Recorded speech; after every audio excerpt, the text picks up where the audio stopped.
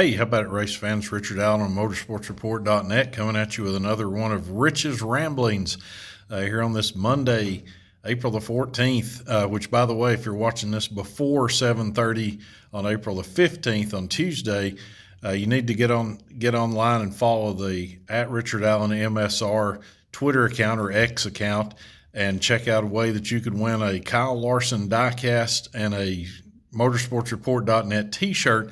I guess partly to commemorate Kyle Larson's big win up at Bristol Motor Speedway this past weekend. But make sure you're following @Richard Allen MSR on X to be eligible for that. And then there will be contest announcements or a contest rules coming out at 7:30 on the night of Tuesday, April the 15th, on tax day. So don't forget that. Get those taxes in if you haven't done that already. We don't want the IRS on us. But anyway, so how about this past weekend? Was this a weekend of, redemption or a weekend of comebacks on the dirt late model scene or not? For a weekend that didn't have a crown jewel race in it, there sure were a lot of big storylines to come out of this past Friday and Saturday, both in the Illini 100 weekend up at Farmer City Raceway in Illinois, as well as at Lucas Oil Speedway, where they had their unsanctioned spring nationals races up there. Both of those on Saturday night, paying $20,000 to win. So plenty of money to be racing for, but also apparently a little more than that based on what the winners had to say afterwards. Let's start off with the Illini 100 at Farmer City. Brandon Sheppard was the winningest all-time driver with the World of Outlaws Late Model Series, and most of those wins he compiled while driving the Rocket 1 house car, the Rocket chassis house car for Mark Richards and Mark Richards Racing. But a couple years ago decided to try something else, so he went away to the team that eventually became known as the Longhorn Factory Team and had some success there. Certainly he was the 2024 World of Outlaws champion in that ride. But now has things have come full circle, and B-Shepp is back with the Rocket house car team again. And there have been some struggles that if you go back to about a year ago at this time, or maybe, just a little further back than that, Hudson O'Neal was driving that car during Georgia-Florida Speed Week. So coming off a year in 2023 when they had won the World 100, they had won the Lucas Oil Late Model Dirt Series Championship, and then they started off at Georgia-Florida Speed Weeks with O'Neal driving, picking up multiple wins and coming out of there really looking good. And then all of a sudden we get the news that they have parted ways. Hudson O'Neal and the Rocket Chassis house car parted ways, and Hudson went off eventually kind of form his own team there for a while. Then he hooked up with Kevin Rumley for a bit, and now back with SSI Motorsports. But let's get back to the Rocket operation. After O'Neal left, they brought in Tim McCready, and certainly picked up some nice wins. They got the Topless 100 win at Batesville.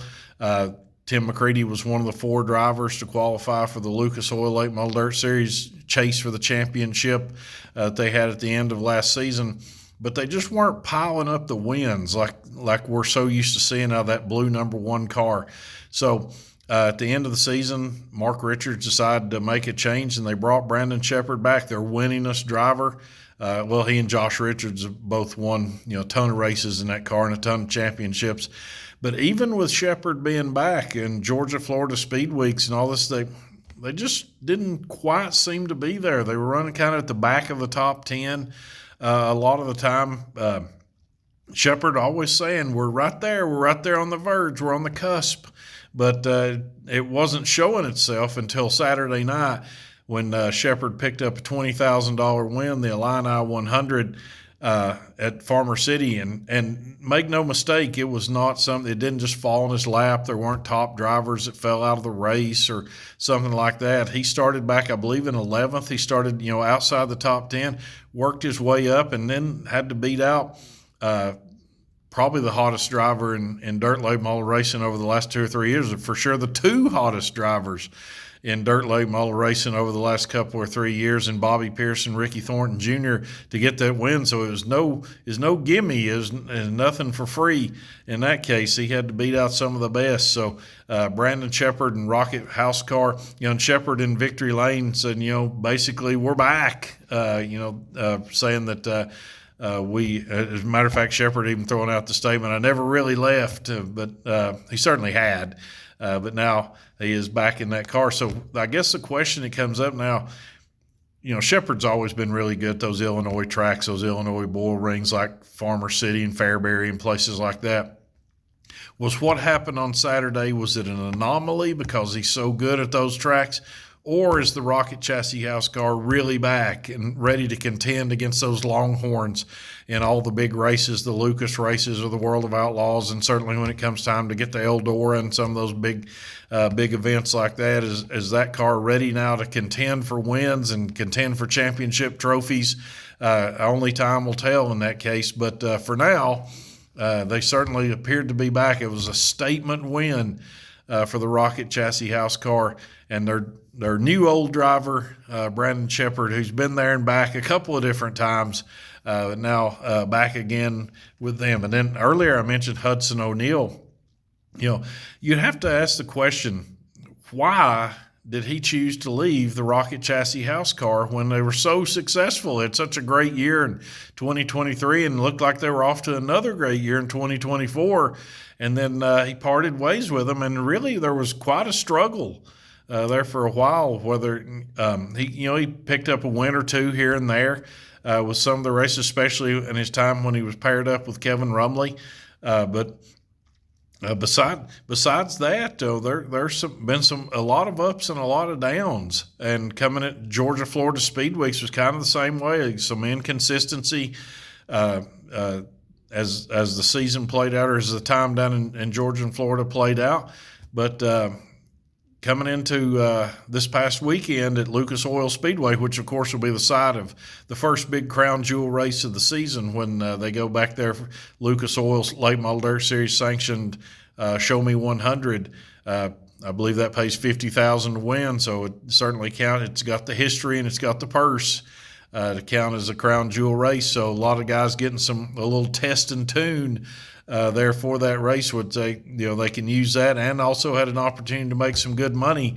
And Hudson O'Neal, 2 big statement wins. Not only win the first night, $7,000. He said in victory lane, said this feels like a whole lot more than a $7,000 win to us with all the struggles that they've had. And then to come back to follow that up the following night on Saturday and pick up a $20,000 win. And again, no gimme. There were some top stars in that race. In particular, Jonathan Davenport, and we all know how good he is, was in that race, so in both of those races. So it was certainly a feather in O'Neal's cap, and perhaps largely because just recently they brought in Jason Durham to be the crew chief on that number 71 SSI Motorsports team. And, Durham has a long track record of success behind him when he was paired up with Jonathan Davenport a few years ago, and they won a bunch of big races together, including, I believe, they won that Eldora Million race that they had back there, I believe it was in 2022, picked up that win. So they seem to be headed in the right direction, because even before the win on Saturday night, they were running much better with Durham calling the shots as the pit boss there for them. So again, the same question we asked for the Rocket House car: was this some kind of an anomaly? Hudson O'Neal has run well at Lucas Oil Speedway before, or are they really back? And only time's going to tell in both of those cases that we'll see later on. But for now, certainly was an enjoyable weekend to take in and see those 2 comeback stories play out there in front of us. Like I said, a lot of storylines considering it wasn't even a crown jewel weekend, but certainly some interesting things to pay attention to with both Brandon Sheppard and Hudson O'Neal. But until next time, this is Richard Allen of motorsportsreport.net saying I will see you at the track.